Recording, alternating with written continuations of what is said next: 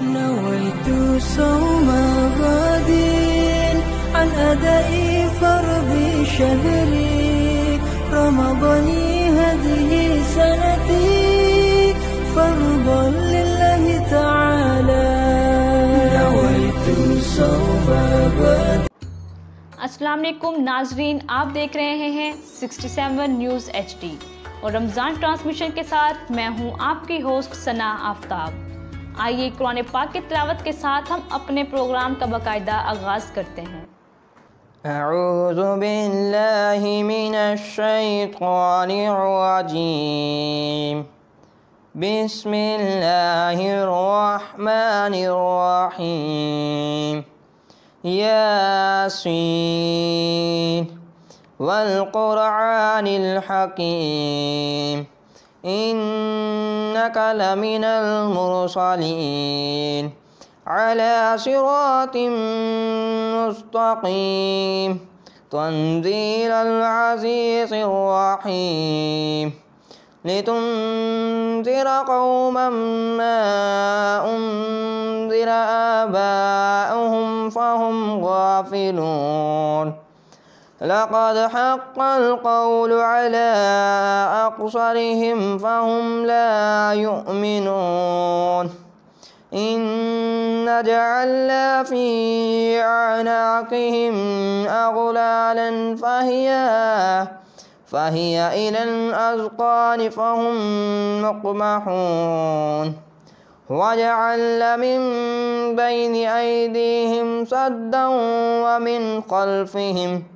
ومن خلفهم سدا فأغشيناهم فهم لا يبصرون وسواء عليهم أنذرتهم أم لم تنذرهم لا يؤمنون إنما تنذر من اتبع الذكر وخشي الرحمن بالغيب فبشره بمغفرة وأجر كريم صدق اللہ العظیم. ناظرین، اللہ سبحانہ تعالیٰ نے رمضان مبارک کی فضیلت کو اس طرح بیان کیا کہ اللہ تعالیٰ نے اللہ پاک ہونے کی دلیل دے دی کہ وہ حاکم ہونے کے باوجود الرحمن الرحیم ہے.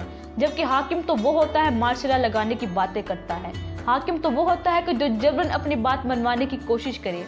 جبکہ اللہ تعالیٰ نے تو اتنے خوبصورت اور پیارے انداز میں فرمایا، اے مومنو تم پر رمضان مبارک کے روزے فرض کیے گئے ہیں. اور پھر فرمایا لعلکم تتقون، اور تم سے پہلی امتوں پر بھی فرض کیے گئے. یہاں علامہ الوسی رحمۃ اللہ علیہ فرماتے ہیں کہ یہاں پچھلی امتوں کا ذکر کرنے کا مطلب یہ ہے کہ جب وہ پچھلی امتیں جو وہ بھوکے پیاس رہ کے صبح صادق سے غروب تک بھوکے پیاسے رہ کر نہیں مرے تو ہم لوگ کیسے مر سکتے ہیں؟ ہم لوگوں کو کون سا کچھ ہو سکتا ہے؟ یہ چھوٹی سی مشقت ہے، لیکن اس کے پیچھے اللہ تعالیٰ نے بہت بڑے انعام کا ذکر کیا ہے. اللہ تعالیٰ نے فرمایا جو شخص رمضان مبارک کے روزے رکھے گا اس کے لیے میرے پاس بہت بڑا انعام ہے. ناظرین، اللہ تعالیٰ نے روزے کا ثواب بیان کرتے ہوئے فرمایا، اس کا انعام بیان کرتے ہوئے فرمایا لعلکم تتقون، روزے کی برکت سے تم میرے دوست بن جاؤ گے، میرے ولی بن جاؤ گے اور میں اپنی دوستی کا تاج تم لوگوں کے سر پر رکھ دوں گا. یہ ناظرین اب خود دیکھیں یہ کتنا بڑا ثواب ہے، کتنی بڑی نعمت ہے جو اللہ تعالیٰ ہمیں دے رہے ہیں کہ اللہ تعالیٰ کی ہمیں دوستی حاصل ہو جائے گی. اور دوسری طرف اللہ تعالیٰ نے یہ بھی فرمایا جو شخص نیک لوگوں کی صحبت اختیار کرے گا ان کے لیے بھی اللہ تعالیٰ کے ہاں یہی انعام ہے.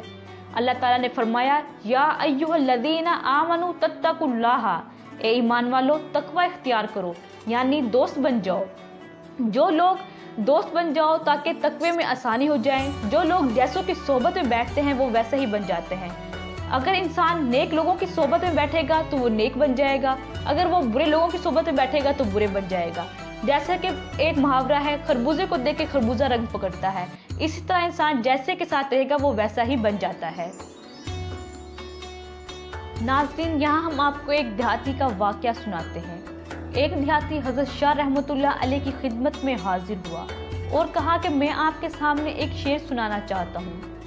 حضرت شاہ رحمۃ اللہ علیہ پریشان ہو گئے، حیران ہوئے کہ ایک ان پڑھ آدمی جو کھیتوں میں ہل چلاتا ہے وہ شعر کیسے پڑھ سکتا ہے، کیسے سنا سکتا ہے.